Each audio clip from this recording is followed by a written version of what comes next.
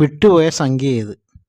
ഇവിടുത്തെ +2 ആണ്. ഇവിടെ 10 + 2 12, 12 + 3 ആണ് 15.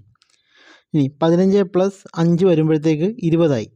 20 + 7 വരുമ്പോഴത്തേക്ക് 27 ആയി. ഇനി 27 + 11 വരുമ്പോഴാണല്ലോ 38. ഇനി 38 + 13 വരുമ്പോഴാണ് +13 51 ആകുന്നത്. 51 + 17 വരുമ്പോഴാണ് 68 ആകുന്നത്. ഇതിൽ നിന്ന് എന്ത് മനസ്സിലായി? അതായത് ഇത് പ്രൈം നമ്പേഴ്സ്, അഭാജ്യ സംഖ്യകളുടെ അഡീഷനാണ്. 2, 3, 5, 7, 11, 13, 17. അപ്പം അടുത്ത അഭാജ്യ സംഖ്യ ഏതാണ്? 17 കഴിഞ്ഞാൽ പിന്നെ 19 ആണ് അടുത്ത അഭാജ്യ സംഖ്യ. അപ്പം 68ൻ്റെ കൂടെ 19 കൂടെ കൂട്ടി എത്രയാണ് വരുന്നത്? 68ൻ്റെ കൂടെ 19 കൂടെ കൂട്ടിയാൽ 87 ആണ് വരുന്നത്.